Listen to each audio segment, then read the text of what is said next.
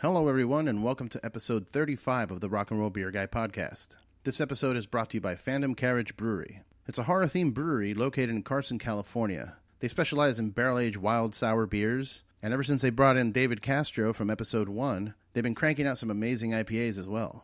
And if you're hungry, they have some of the best food in town. I'm there at least once a week, so come on by, hang out with me, and when you get to the bartender, let them know that the podcast sent you, and they'll knock off 10% off your bill. This episode is also brought to you by Gamefly. If you go to RocknRollBeerGuy.com, there's a link there that says Gamefly Offer. Click it and you'll get a free 30-day trial where they'll send you one game at a time. And they literally have every single game for any console you want. I've been using this service for many, many years, and I highly recommend it. In this episode, I talked to Mario and Sarah Quintero from the band Spotlights. I caught them while on the road with the Melvins and started asking them a bunch of personal questions just to get to know them a little bit better. We discussed their new record, Seismic, which comes out October 6th on Ipecac Records. And we talk a little bit about beer. I had a great time talking to them, and I hope you enjoy it. Cheers.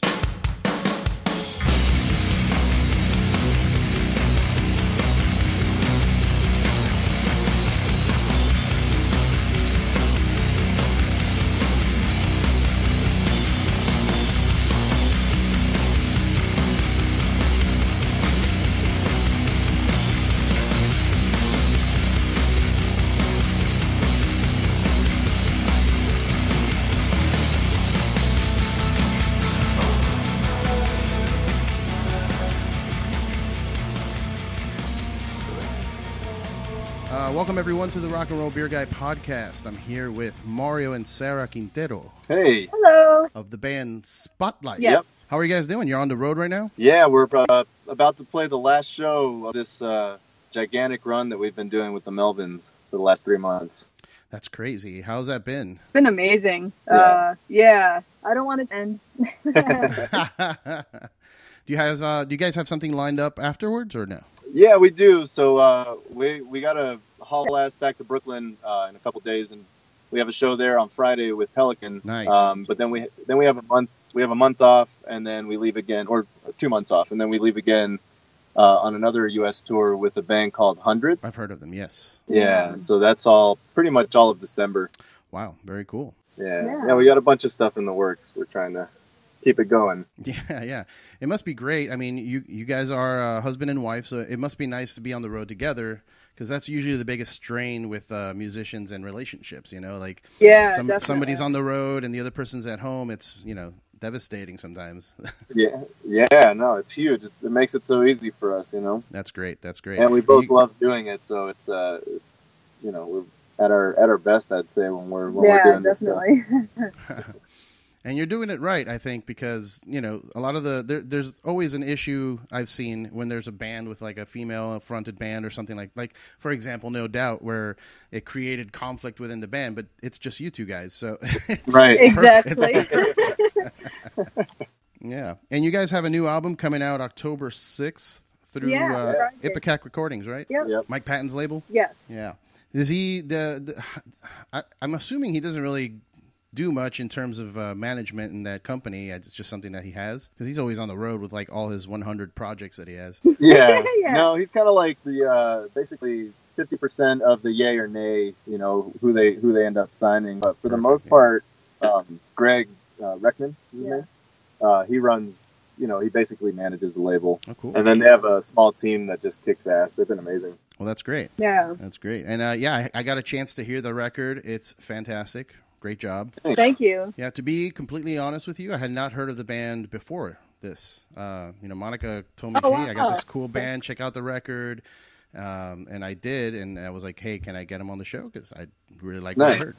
Awesome. Yeah. I mean, we're relatively new. This is our second album that we're putting out. So you guys had a couple of EPs, right, too? Yeah. So we put out kind of a demo EP that we put out when we first started, maybe 3 years ago. And then Titles, which is our record that came out last year, was really our first kind of release, but it's really just been almost 2 years now since we really started going. We put out the Spiders EP in between records just to have something fresh for everybody.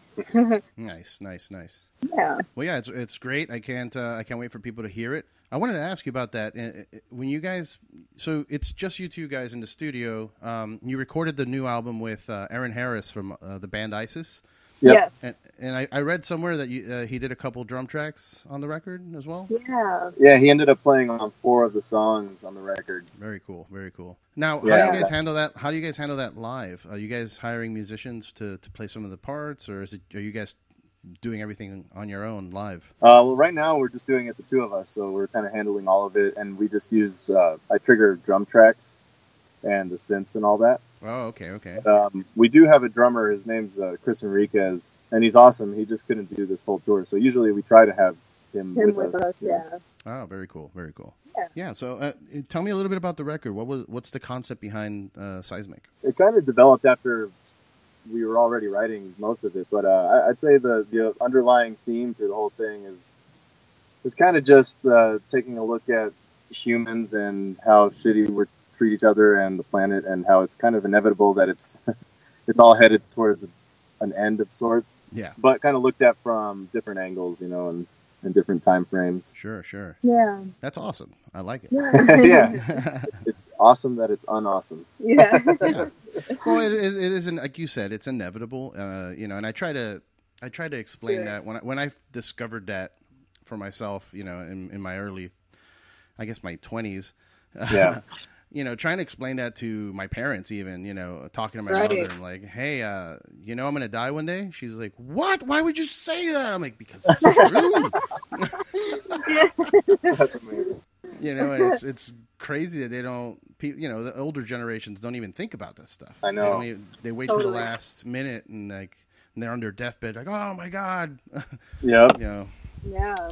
Sorry to go so dark, guys. Yeah, totally. But I mean, it is the climate that we live in these days. Yeah, with all exactly. the stuff That's going a on. perfect way to put it.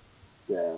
Yeah. And I mean, we kind of, I think the music has like a little thread of hope and kind of beauty throughout, but the way I see that is just, it's kind of like how, like watching something burn is kind of beautiful, Sure. Yeah.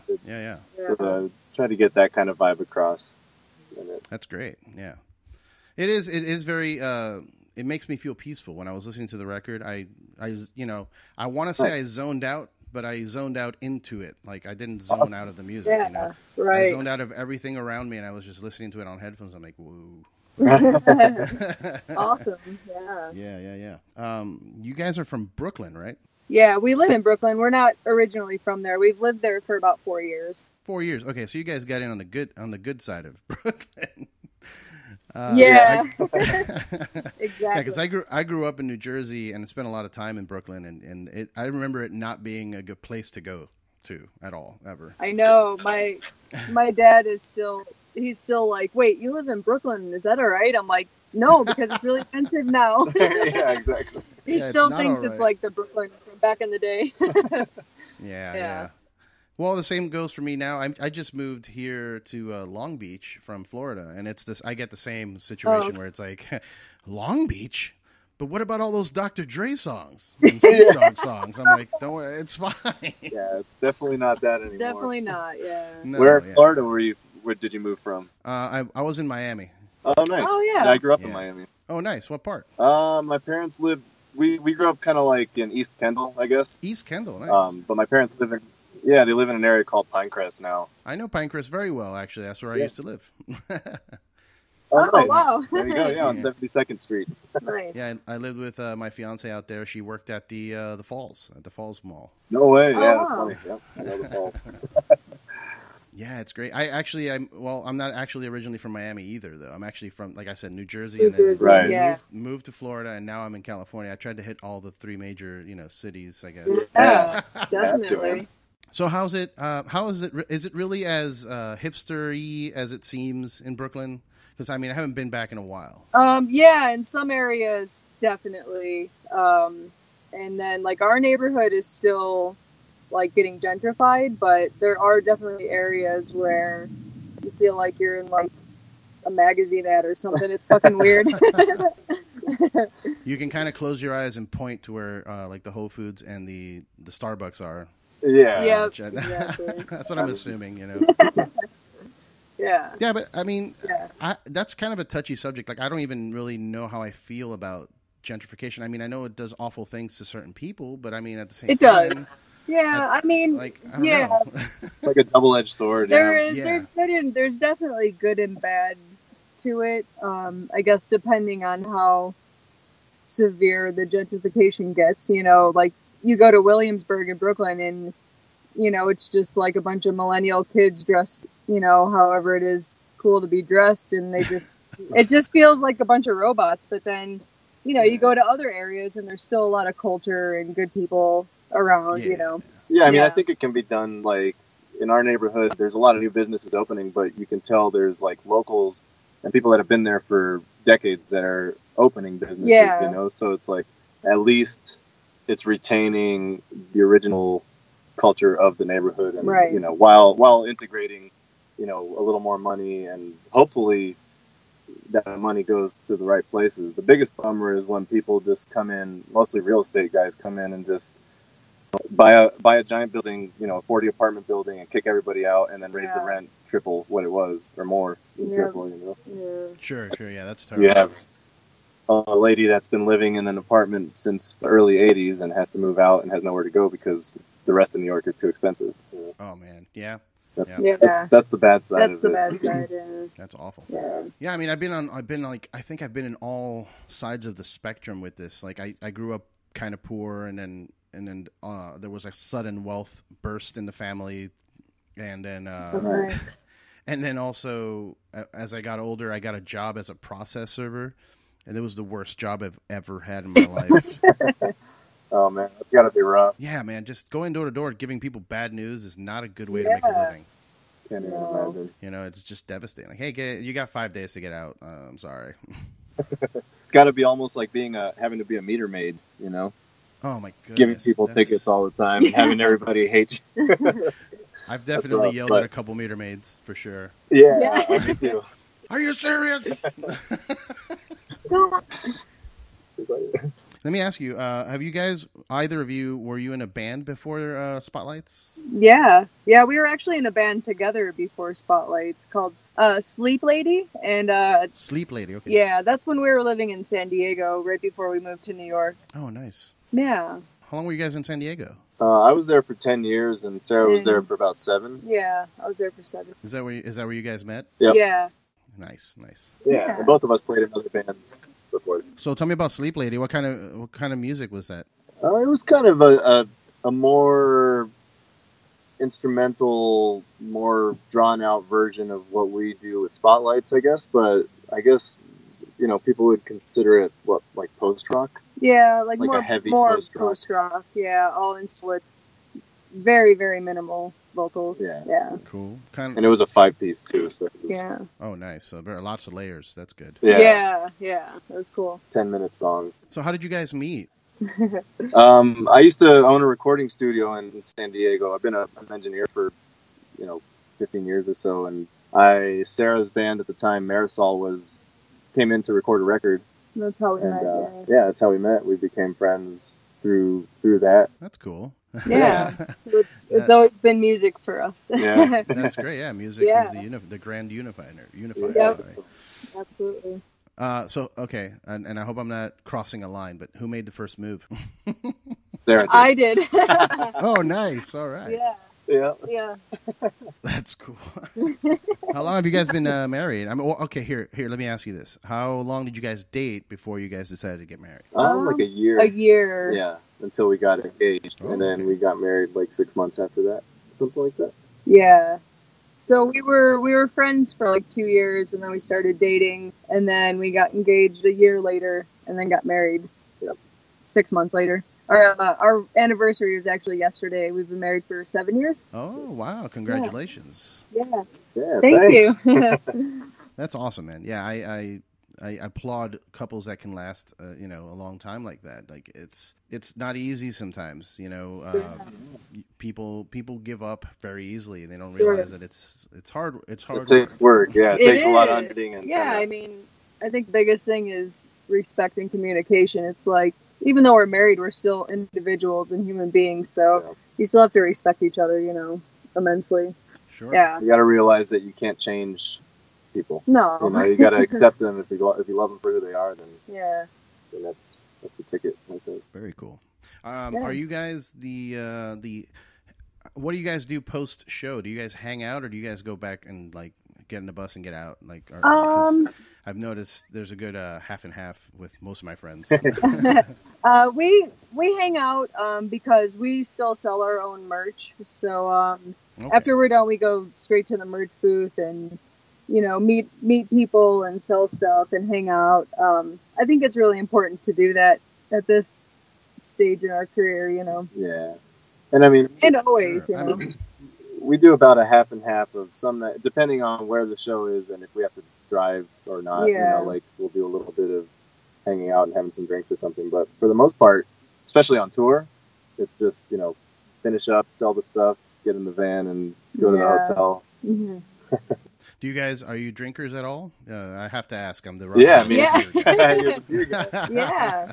Yeah, not super heavy not drinkers, like crazy, but right. definitely social drinkers for sure. Cool. Do you guys drink craft beer at all, or you don't care? You just drink whatever's available? Well, I used to be a huge beer person, and then about 4 years ago, I realized it was messing me up pretty bad, so I had to stop drinking beer, and I was really bummed out about that. I'm sorry to hear that. Yeah, it sucks, but that's what bourbon's for. So now I'm a craft beer person. Yeah, right. But yeah, I love beer. I would wake up in the middle of the night after my parents would have parties and drink all the beers left out. I tend to like more of I'm not a big. There's kind of a trend of like super hoppy craft beers, and I'm not a huge hoppy beer fan. Like I like more like on like the lagers and things like that, but I do like good beers. I've been kind of liking sours lately. Sours are great. They just they're very aggressive for your stomach. Yeah. I can't handle them as much as I'd like. Yeah. They all taste delicious, but then 2 or 3 in, I'm like dying. Oh yeah. Yeah, that's like a one beer type of. Yeah. I usually do and I usually mix it up. I'll do like a good beer, and then some whiskey or something. Just to keep away from being too bloated.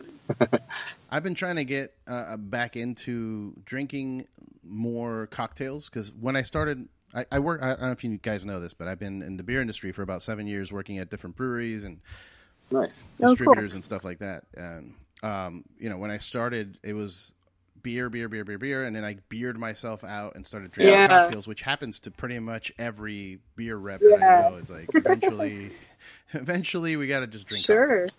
And then I've been trying to get myself back into mixing them both in together, because it's sometimes I go way too heavy on one side or the other. Right. Exactly. Yeah. And then for you, Mario, you would be glad to hear that I think the trend is shifting towards more lagers and stuff like that.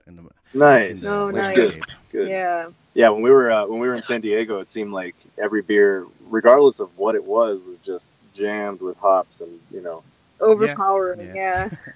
That's what the West Coast became famous for. West Coast IPA was super aggressive, bitter and hoppy. And it was nice when we moved to New York, having more ale, lager, porter, just more options other than IPAs. Yeah. Sure. The East Coast does a good mix. Well, actually, if you get into the super nerdy layers of the craft beer culture, the Northeast actually is right now dominating the IPA scene for some reason. Oh shit! Really? Huh. Because they're doing these new. I don't even really. I mean, it's beer, I guess, but they do this. They do a hazy IPA, and it's delicious. Don't get me wrong; it tastes. Right. Oh yeah, I know what you're talking about. But it tastes like fruit juice. It's like mango. Yeah. Pineapple.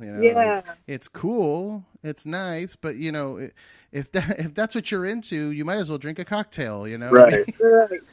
Yeah, seriously. Yeah, I totally agree. You don't like beer, you like cocktails. You just happen to be drinking a beer.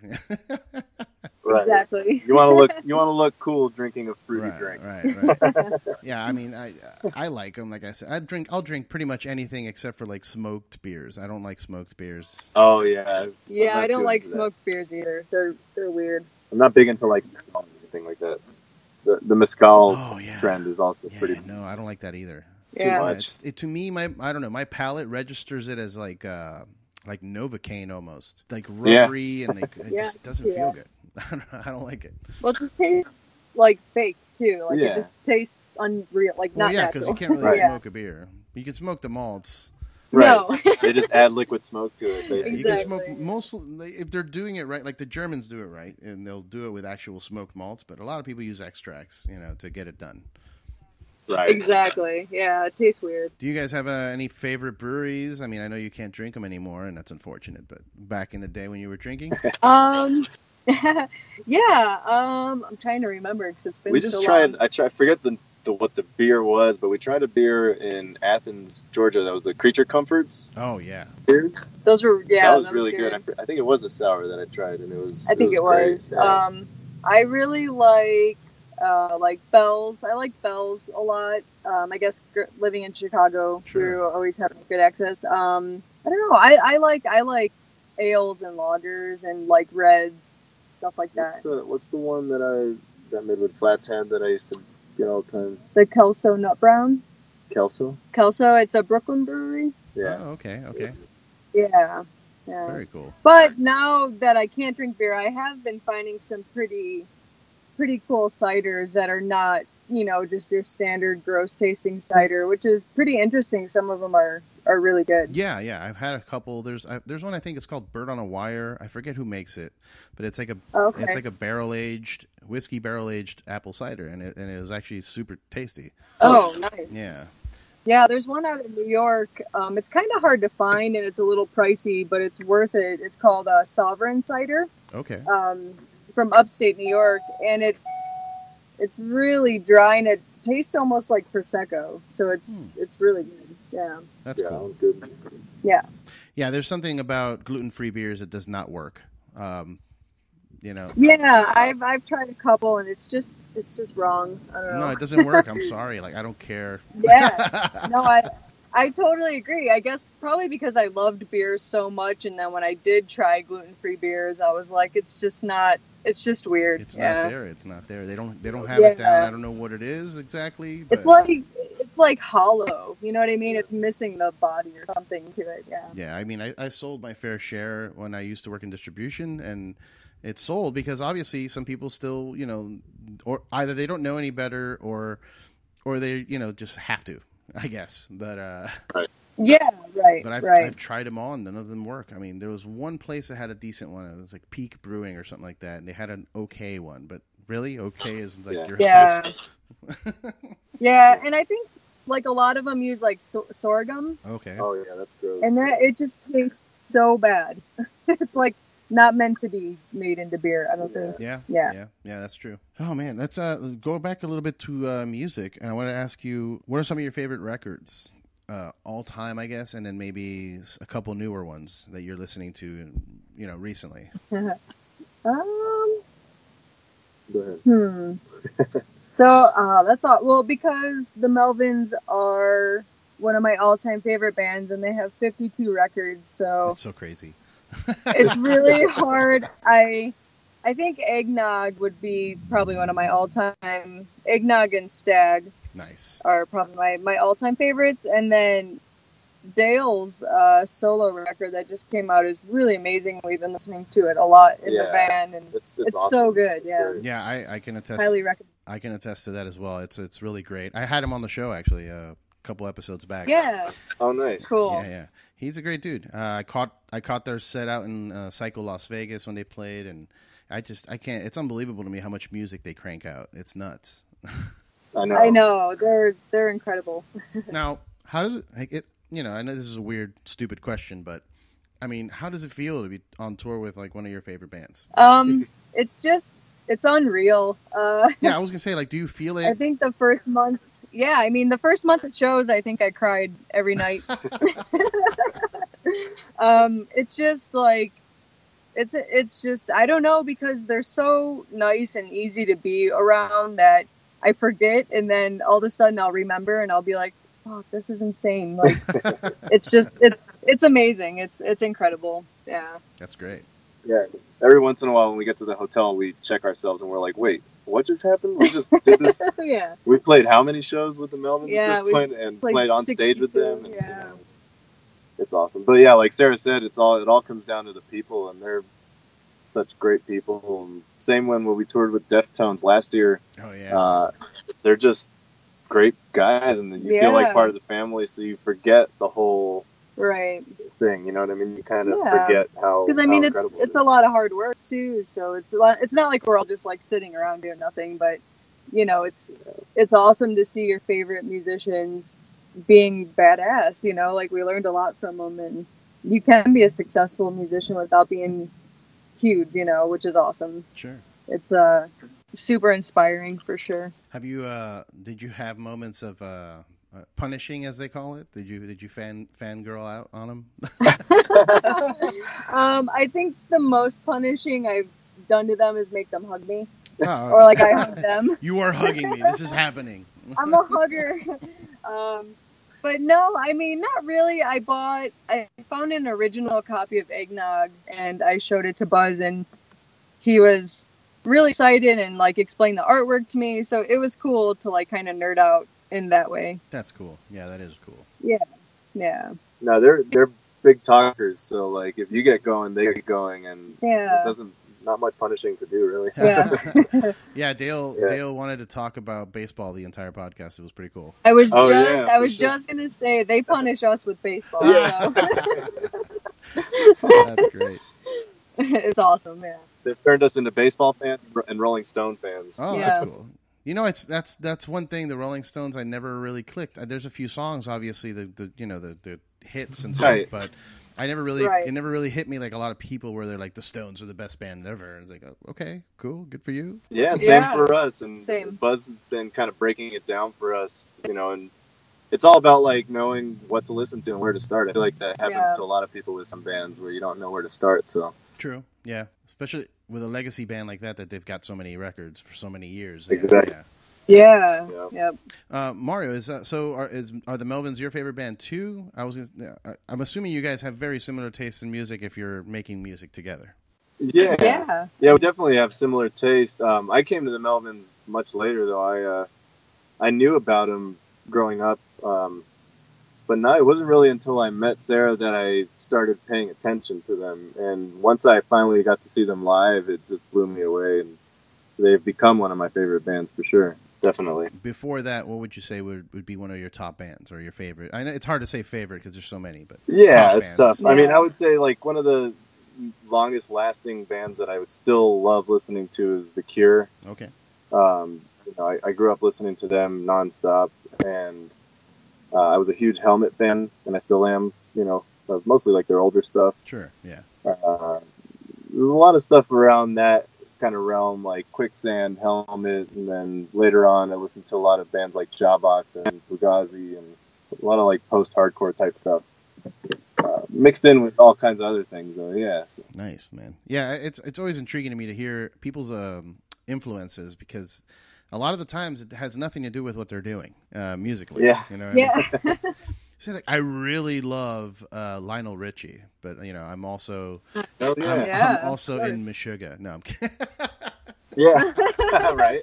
Yeah, I mean, yeah, we love a lot of music for sure. Yeah, I was gonna say, what would be your top band to tour with, but outside of the Melvins, I suppose. Yeah. I mean, I think The Cure would be a insane opportunity. Yeah. You know, it's kind of hard to say at this point. The tours that happened to us are just like so insane that. I mean, I think really for me, the icing on the cake would be to tour with Faith No More. Oh, nice. Then you could just like put me in front of a train. I'll be done. Yeah, that would be great. What do you guys think? Yeah. Have you heard Patton's Dead Cross? Have you checked that out? Yeah, we've checked it out. It's cool. It's cool, yeah. I liked it. Yeah. I liked it more than I thought I was going to like it. Yeah. Same here, man. I honestly think this is one of my favorite Patton projects of all time, and he's got some great ones. Yeah. But there's just something about Dave Lombardo's drums that really drive me crazy. It's incredible. Yeah, so good. Yeah, there's I guess there's a vibe that everybody carries internally. Like, I for example, anytime I hear a thrash beat or a metal beat, like on the drums, you got my attention. No matter what it is, I'm going to go look at whatever's going on. Like, what's that? What would that be for you guys? Is there something that if you hear, you like automatically, it'll grab you and be like, all right, I'm going to check that out? I mean, I think for me, it's tonally, like, I love hearing, like, weight behind the recording. So, you know, it doesn't have to be a heavy band per se. It could be an acoustic song, but there's just weight behind either the songwriting or the tone of the recording, or you know, I like heavy, not necessarily in the metal side aspect of things, but in just like the feeling of the sound of things. Sure. So for me, that's really, I think, what gets me is some sort of weight in the recording. I'm kind of the same as you. The drums always grab me, or usually, you know, the rhythm section in general. If it's good, it's good. It doesn't matter if it's jazz or black metal. Like, you know, that beat will catch my ear and I'll listen to it. You know. You know, it's funny. I was just analyzing both of your responses, and it was your response, Sarah, is very much like every bass player I've spoken to, or anybody that has played bass. Which is, the rhythm section's what draws me. That's why you're a bass player.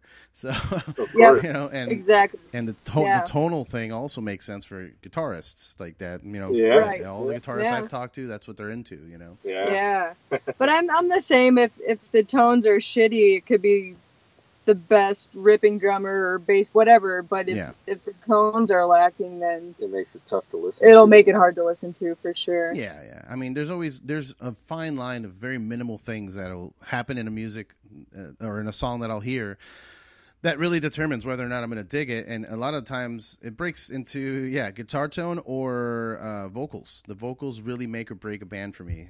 Yeah, same. Yeah, there's nothing worse than when you hear a song start and you're like, oh shit, this is pretty cool, and then the guy comes in singing and just ruins all of it. And it doesn't necessarily mean that he has a bad voice. I mean, he could be a great singer. Exactly. Usually it's the opposite. Usually he's a really good singer, or she's a really good singer and just won't shut up, or like, you know.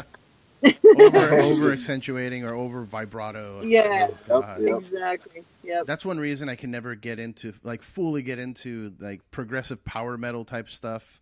Like I have a bunch of friends that are super into that, but then I hear the and I'm like, nope. I'm done. Nope, sorry. That's great riffs. I can't hear this. Exactly. Totally. Yeah, like there's other bands that have awful singers, but it works. Like and not that he's an awful singer, but like the singer from Daughters. You hear music. Have you ever heard of Daughters? Yeah. I haven't listened to too much of their stuff, but I've definitely heard it. I love them. I love all their music and everything about it. But the singer sounds like a drunk Elvis. Yeah. I'm like, whoa. Out of context, this would be awful, but right now it works. Right. Right now it's working. Yep. Yeah, it's like the Jesus Lizard. Yeah. Thing there, You know. Totally. So, what are the plans for you guys in terms of the future? I mean, are you the type of band to do like we're gonna do a live Blu-ray DVD thing? Are you trying to dominate and become headliners on and stuff like that? Like, what's the plan for you guys? I mean, I think we're trying to I think touring is our main focus. Yeah, we want feel to like work a lot. That's where you can kind of become a sustainable band, is if you become a band that can tour smart and effectively, what's the word, just like frugally enough to just live on a comfortable life. We're not trying to be ballers, crazy ballers or anything. I mean, we won't say no to the money, but right. We're realistic about what our goals are, and I think we just want to work as hard as we can, and I think touring for now is our main focus, and keep putting out records, keep putting out music. Hopefully, people keep enjoying it. Yeah. Awesome. Well, I have two things that came out of that, and one of them being, if you were all of a sudden super wealthy and you got a nice record deal, somebody grabbed you guys and like, you guys, here's $1 million for each album or something. I don't know. A huge amount of money that you'll be set for life. What would you do with that? Like, would you buy an enormous house? Would you be frugal and kind of invest? Well, I mean, I think we would be pretty frugal. We just want to have like I mean, if it was that amount of money, I would love to have like a small farm.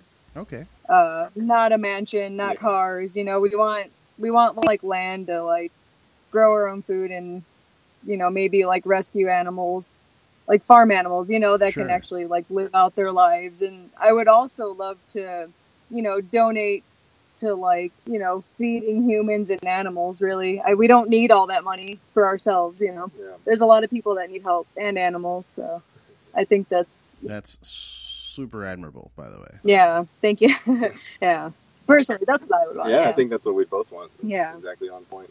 Are you guys vegan? Sarah's more vegan. I'm kind of like fair weather vegan. Bandwagon vegan. I'm kidding. Yeah. When we're at home, I mean, I cook pretty much all vegan, but you know, on the road, it's harder. I eat eggs when we're on the road just because there's not a lot of options. You know. Yeah. And eggs are easy protein without having to eat meat, you know. Yeah, exactly. And we usually eat fish too, yeah, from time to time. But yeah, I'm only asking because I saw an article from Brooklyn Vegan about you guys, so I was like, oh, I don't know if they're like super heavy into that, you know, lifestyle. I mean, I definitely don't wear or eat animals, you know. Gotcha. Yeah, I think the point we're at in humanity, we really don't need to anymore, but you know, I don't push it on people. You could do whatever the hell you want, but sure. Yeah. I've been thinking about it more and more. Just as I'm getting older, you know, the body is starting to, you know, hey, stop that. You know what I mean? Yeah. I've been trying to get my hands on this stuff called Beyond Meat or something, Beyond Burgers. Oh yeah, I've heard about that. I haven't found any yet either. I would love to try it. Yeah, I went to their website. It's like, we're available everywhere, but I'm like, no, you're not. I haven't. No, you're not. I haven't found it anywhere. What the hell? But I'm gonna keep looking for it. But that's cool. I like that you guys would invest. I mean, my fiance and I talk about this all the time, and you know, she said the same thing. She's like, I want to have all the animals. She's the type of person that any animal that walks by, she's, you know, just melts. She has to pet it or touch it or talk to it. Yep. Me too. I'm the same way. I used to be the same way. I kind of had a very awful experience a few years back where I literally had like 25 different animals in my house, and I lost them all due to, you know, just life events. Like I got arrested, I got mugged, I got broken into the house, and they took everything, and I had to like get rid of everything. I had to just start over from scratch. Yeah. So I lost everything. So that's kind of put me in a hey, I don't want any pets. You know what I mean? Like, she really wants a dog. Yeah. And I'm like, God, I just don't know. I can't handle the emotional pain anymore. It's tough. Yeah. I know. It's really tough. It is hard, but you know, there's always little lives out there that need our help too. Sure, so I look at it that way. You know what I mean? It's like, it sucks, but I think their situation's even worse. So definitely, yeah. Sure. Yeah. And then the second thing that I get it. Yeah. Yeah. The second thing I got from what you guys said was, I wanted to ask you, what do you guys find time, and if you do, what do you do with your spare time? Because one thing that I keep hearing from musicians that are on the road all the time is that, you know, you end up starting to write records about being on the road instead of other things, that experiences in your life. You know what I mean? Right. So what do you guys have spare time? And if you do, what are you doing with it? Well, right now, our spare time, we go home and we work, and, you know, we have animals, and hang out with them, and I don't know. I mean, we definitely, you know, are constantly writing music and working on stuff like that. Yeah. It's funny because the road thing, I relate to it, but it doesn't make me want to write about being on the road. It's just you see so much and you experience so much that it kind of just like percolates the ideas a little bit more. You know what I mean? Sure. So I definitely relate to that. But yeah, I mean, I like to paint when I'm at home a little bit. We just spend time. I train jiu-jitsu when I'm at home. Oh, very cool. Trying to stay busy and work because we need to make more money still. Yeah, we usually like to go home and work on a new record or EP or something, you know, keep it moving. Sure. When you say work, you guys have like regular jobs? Yeah. Yeah, I don't right at the moment, but I did. for the last few years, and it's just that it got a little too hectic trying to maintain it while being on the road. Do you mind me, Matt? Do you mind me asking what it was? Well, what the job was? Yeah. Yeah, so I worked at Barnard College, which is like the women's college of Columbia University in New York. Okay. And I managed the AV department there, so just kind of running, all the audio systems and projection systems on campus and whatnot. That's cool. Yeah, it was great. I mean, it was a really great job while it lasted. It's just things kind of started changing politically around there, and my boss, who was great, quit, and things were just weird, and they weren't really working out with an agreement that we had that I could be working remotely and whatnot. This isn't going to stop. We have a lot of stuff planned already, so I just figured it was time to cut the line and jump off the ledge. And how about you, Sarah? What are you doing for work? So I work at 2 different music venues in Brooklyn when we're at home. Oh, nice. Which is awesome because I can go on tour and come home and still have work. They're not. Yeah, they're understanding. They don't care.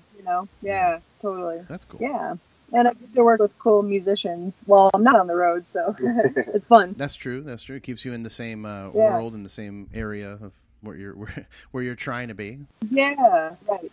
Exactly. I think that's all the questions I have. Honestly, I mean. Cool. Yeah. Thank you guys for taking some time to talk to me on the road. I know it's, hectic and you got stuff going on. You did sound check and everything, so I really appreciate taking time. No problem. Thanks for having us. Yeah, everybody pick up Seismic October 6th through Ipecac Records. I mean, you could buy it online. You could buy it at a store, I'm sure. I mean, it's available. Yep. Yeah. Buy it. Buy records. Damn you. Yes. Support music. Support music. I mean, honestly, it's not like it used to be. Musicians aren't raking in all these crazy record deals. Like, it's a lot of hard work. People are on the road all the time. Yeah. And as you heard the stories, support. Yeah. If you like the music, support it. Yeah. Yep. Go to shows, buy the records. Yeah. Yep. For sure. Yeah, definitely. Well, cool, guys. Do you guys have an Instagram for the band you want to plug? Yeah, it's Spotlights Music for Instagram. It's at Spotlights Music, and then our Facebook, I think, is just Spotlights. If you search Spotlights, it should come just up. Spotlights. Okay, very cool. Hopefully I'll catch you guys live sometime soon. Next time you're in the California area, I'll keep an eye out for sure. Yeah, definitely. We'll be there in December. Yeah, we'll be there in December. Oh, awesome! I'll check it out and I'll put it on my calendar, and I'll hit you guys up. Yeah. We can meet up. All right. Yeah, that would be great. All right, guys. Take care and Cool. enjoy the rest of the tour. Thanks, you too. Thank you. Bye, guys. Bye.